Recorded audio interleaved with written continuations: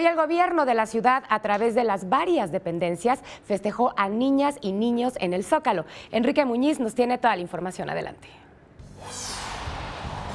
Con globos y confetis fue inaugurado el gran festival para niñas y niños de la Ciudad de México en la explanada del Zócalo capitalino.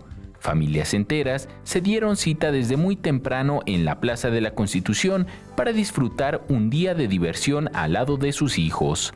Tras la inauguración, el ejecutivo local Miguel Ángel Mancera recorrió algunos talleres infantiles organizados por las diversas dependencias de gobierno.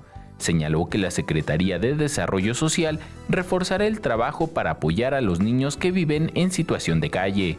Con sus papás queremos hacer una labor de acompañamiento, hablar con los papás, a fin de que los niños no permanezcan en la calle.